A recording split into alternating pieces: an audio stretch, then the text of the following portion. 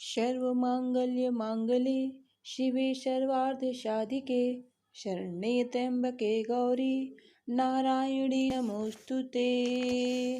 या देवी सर्वभूतेषु मातृरूपेण संस्थिता नमस्तस्यै नमस्तस्यै नमस्तस्यै नमो नमः। या देवी सर्वभूतेषु श्रद्धारूपेण संस्थिता नमस्तस्यै नमस्तस्यै नमस्तस्यै नमो नमः। या देवी सर्वभूतेषु शक्तिरूपेण संस्थिता नमस्तस्यै नमस्तस्यै नमस्तस्यै नमो नमः। आइए अब दुर्गा सप्तशती के द्वितीय अध्याय का पाठ प्रारंभ करते हैं। बोलो माँ जगत जननी जगदम्बा की जय। ऋषि ने कहा, पूर्व काल में देवताओं और असुरों में पूरे 100 वर्षों तक भयंकर युद्ध हुआ। उस युद्ध में असुरों ने देवताओं को हरा दिया और सब देवताओं को जीतकर महिषासुर स्वयं इंद्र बन बैठा। तब हारे हुए देवता ब्रह्मा जी को आगे कर भगवान विष्णु और शंकर जी के पास गए और अपनी पराजय तथा महिषासुर के बल व प्रताप का संपूर्ण समाचार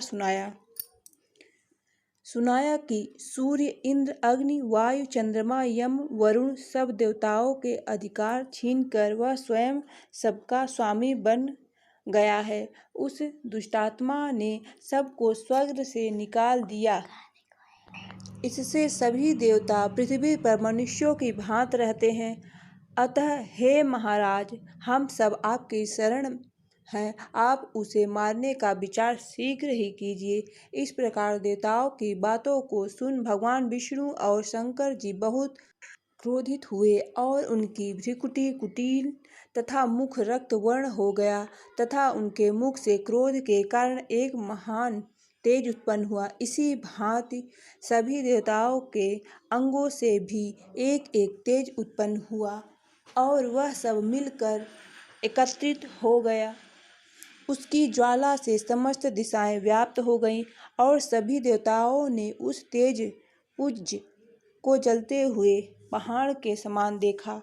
समस्त देवताओं के शरीर से निकला हुआ वह एकत्रित अतुल तेज अपनी ज्योति से तीनों लोकों में प्रकाश करता हुआ एक स्त्री के रूप में परिणित हो गया।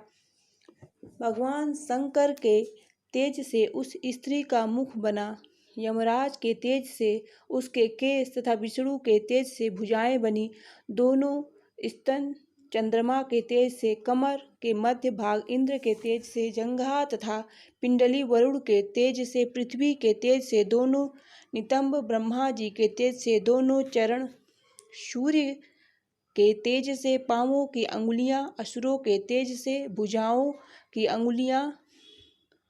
अंगुलियां, नासिका कुबेर के तेज से, दांत प्रजापति के तेज से तथा अग्नि के तेज से तीनों नेत्र उत्पन्न हुए। संध्याओं के तेज से दोनों भौं, पवन के तेज से कान तथा इसी प्रकार अन्यान्य देवताओं के तेज से शिवा कल्याणकारिणी देवियों की सृष्टि हुई। संपूर्ण देवताओं के तेज पूज्य से उत्पन्न हुई देवी को देख महिषासुर द्वारा सताए हुए सभी देवता अत्यंत प्रसन्न हुए। तत्पश्चात शंकर जी ने अपने त्रिशूल में से एक त्रिशूल और भगवती विष्णु जी ने एक चक्र दिया। वरुण ने शंख, अग्नि ने शक्ति, वायु ने धनुष और बाणों से भरे हुए तरकस प्रदान किए। इंद्र ने अपनी वज्र में से निकाल कर वज्र और आयुध दिया तथा ऐरावत हाथी से उतार कर एक घंटा प्रदान किया। यमराज ने कालदंड, वरुण ने पास स्फटिक की माला, प्रजापति ने और ब्रह्मा जी ने एक कमंडल प्रदान किया। देवी के समस्त रोमकूपों में सूर्य देव ने अपनी किरणें भर दी। काल ने चमकता हुआ खंड और ढाल भेंट किया। क्षीर सागर ने उज्ज्वल हार तथा 2 दिव्य वस्त्र, चूड़ामणि, कुंडल और कड़े दिए। शुभ्र अर्धचंद्र सब बाहुओं के लिए, केयूर पैरों के सुंदर नुपुर, गले की सुंदर हंसली तथा समस्त अंगुलियों में रत्न जड़ित अंगूठियां प्रदान की। अत्यंत निर्मल वर्षा विश्वकर्मा ने भेंट किया और विविध भांति के अस्त्र तथा अभेद्य कवच दिए। समुद्र ने हृदय तथा गले में पहनने के लिए कभी न मैली होने वाली कमल की माला दी और सुंदर कमल के पुष्प प्रदान किए। हिमालय ने सवारी के लिए सिंह तथा अनेक प्रकार के रत्न प्रदान किए। मदिरा से भरा हुआ पात्र कुबेर ने दिया। भूमंडल धारण करने वाले नागराज शेष ने महामणियों से सुशोभित एक हार दिया। इसी प्रकार अन्य सभी देवताओं ने भी विविध भांति के आभूषणों तथा आयुध प्रदान किए। तब भगवती देवताओं से भली भांति सम्मानित होकर बार बार ऊंचे स्वर से अट्टहास करती हुई गर्जन करने लगी, जिससे सारा आकाश गूंज उठा। भगवती की गर्जना कहीं समा न सकी और उसकी ध्वनि से संपूर्ण विश्व तथा सागर कांप उठे। संपूर्ण पृथ्वी तथा पर्वत कंपित हो गए। उस समय सारे देवगण उस सिंह वाहिनी देवी की जय जयकार करने लगे।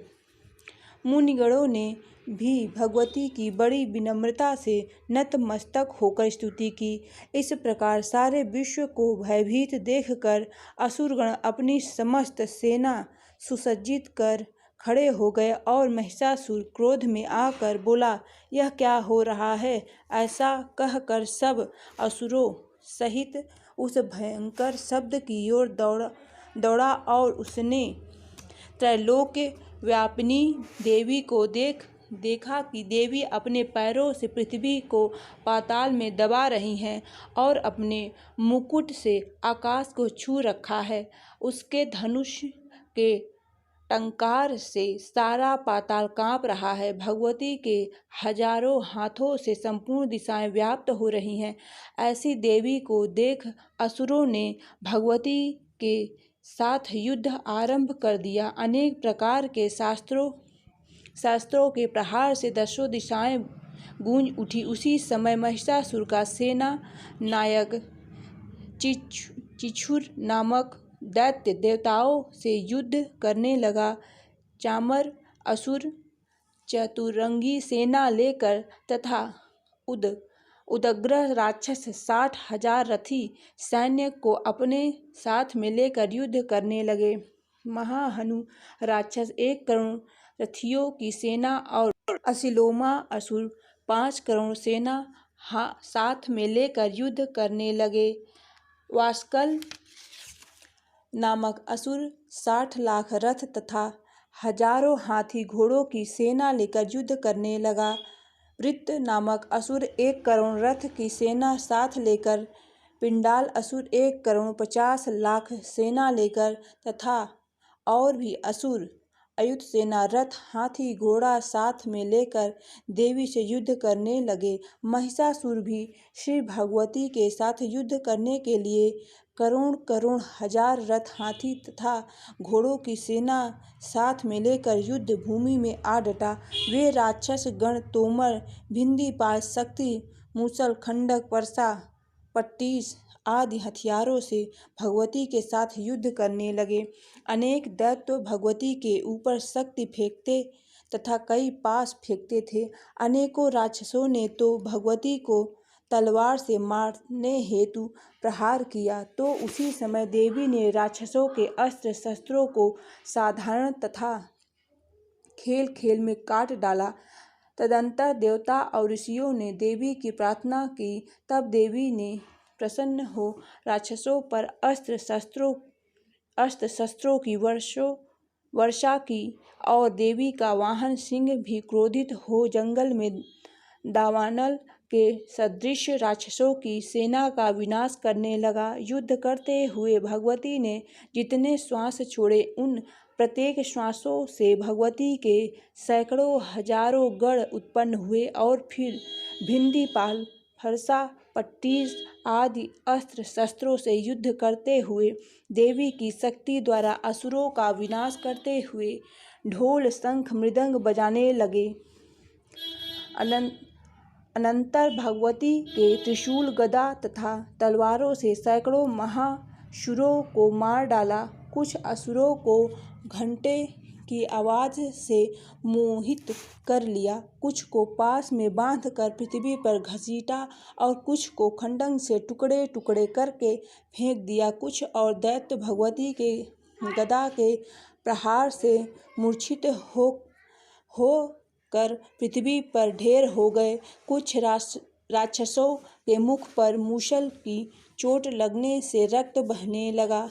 बहुत से राक्षस हृदय में चोट लगने से आहत हो पृथ्वी पर गिर गए तथा अन्य बाणों से ही मर गए। देवताओं को कष्ट देने वाले दैत्य मरने लगे तथा बहुतों की भुजा और गर्दन कट गई। कुछ दैत्यों के सिर कट गए और कोई शरीर के मध्य भाग से ही काट दिए गए। कुछ महाअसुर जंघा कट जाने के कारण धराशायी हो गए।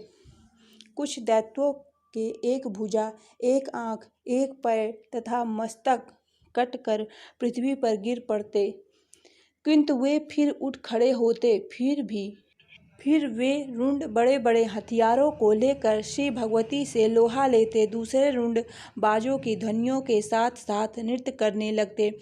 कई असुरों के रुंड तलवार शक्ति रिष्टि आदि हथियार हाथ में लेकर श्री जगदम्बा से ठहरो ठहरो कहकर युद्ध के लिए ललकारते थे।